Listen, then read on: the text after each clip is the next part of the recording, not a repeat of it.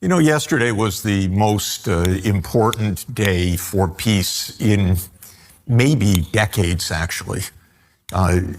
This war in Ukraine resulted from a very bad idea of the United States taken in 1994.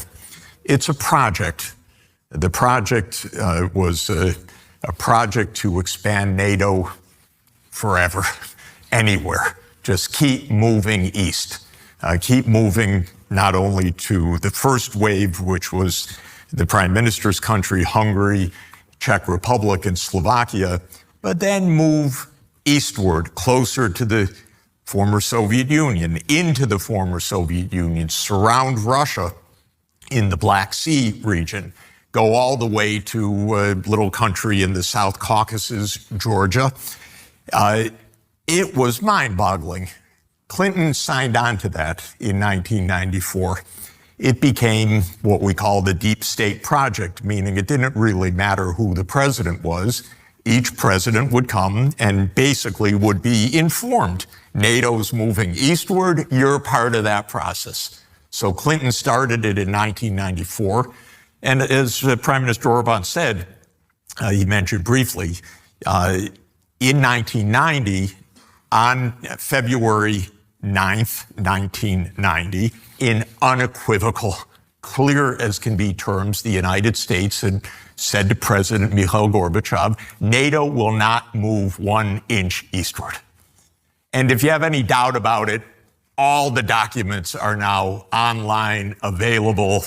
You can scrutinize everything. Hans-Dietrich Genscher, the German foreign minister, said the same thing, same day. He's on tape, actually, explaining, no, I don't just mean within Eastern Germany, I mean anywhere to the east. Clinton, being Clinton, and the U.S. deep state, being the U.S. deep state, started this project in 1994. They already had the idea, by the way, in 1991, 92, as soon as the Soviet Union ended. Aha, now we move. Now we move eastward. Now we control everything. Now we are the sole superpower. So this has gone on for 30 years. And each president got into it. Under George Bush Jr., 7 more countries were added: Estonia, Latvia, Lithuania, Slovakia, Slovenia, Bulgaria, and Romania in 2004. Then in 2007, President Putin said at the summit that's taking place right now, the Munich Security Summit, said, stop. You told us no expansion, not an eastward expansion, even an inch, you said. You've now done 10 countries. Stop. Perfectly reasonable. Stop.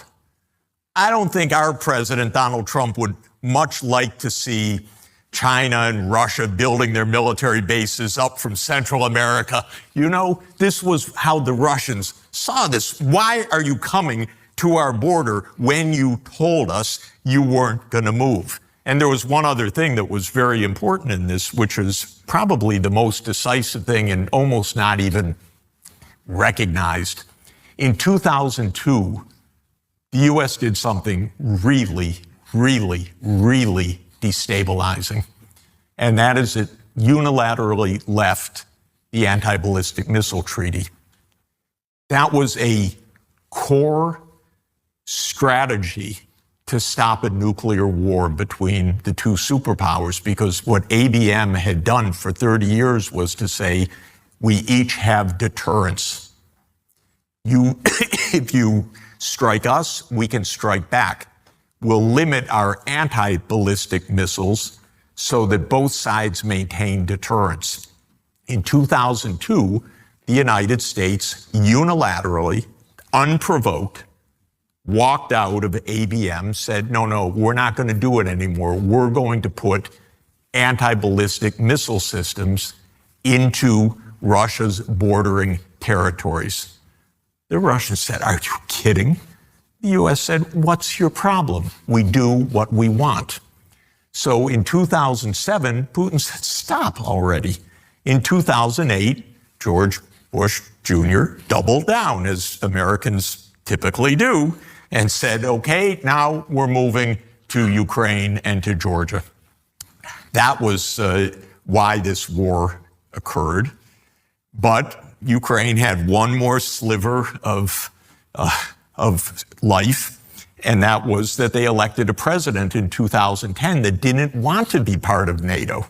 And the public didn't want to be part of NATO. Why? Because they knew this is very dangerous. Why get into this provocative situation?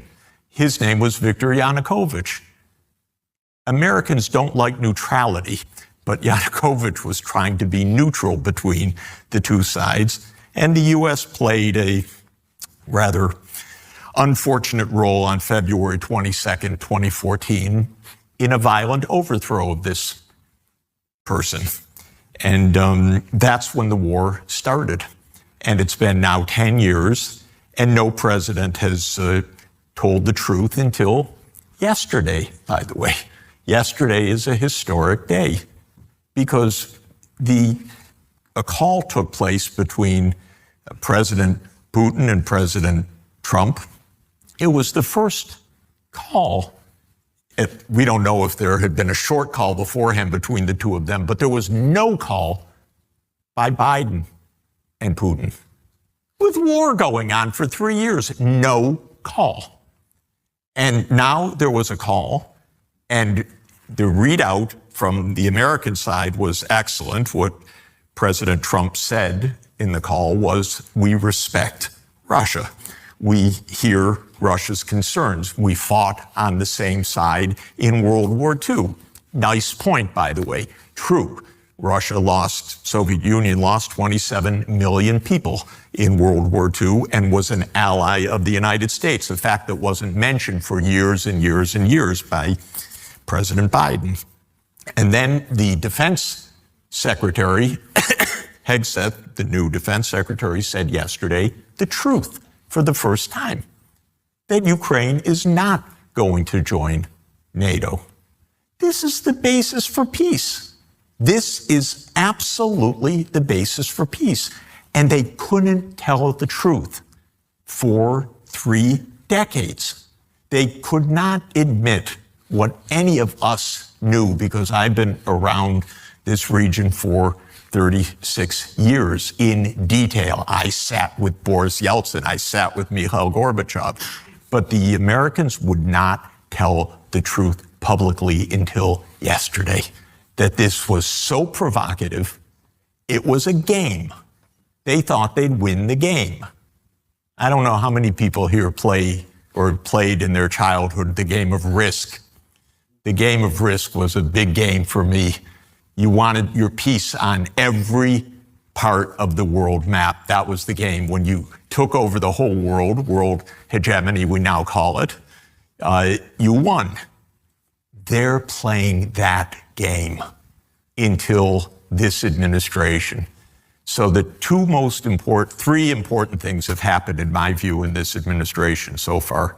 First, our new Secretary of State, Marco Rubio, told the fundamental truth. We are in a multipolar world. First time the sentence was uttered, he told the truth. What does it mean? The American mindset for 30 years was, we run the show. Marco Rubio said, well, we don't run the show. We live with other powerful countries. Great start. Second and third were the two events yesterday. So I'm feeling about peace that this is really something that happened yesterday. If they follow through, we know what Washington is like.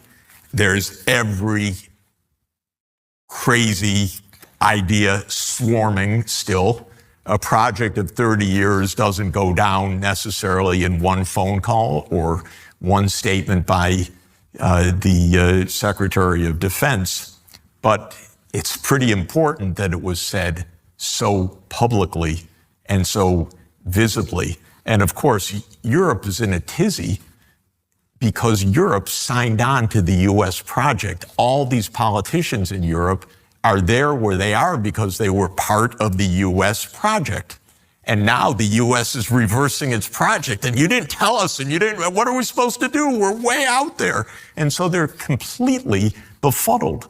And I have to say, I told them personally, many of these leaders, and I mean personally, one by one, for years, you are going to get trapped this way because this project doesn't work. It doesn't make sense. It's a game for the Americans, but it's life and death for the Russians. So it cannot be won by the American side. It's impossible. And I tried to tell them, and nobody in Europe either had the clarity or the guts to see it, except the person that preceded me in this seat, Prime Minister Orban, because he was completely clear about this from the first day.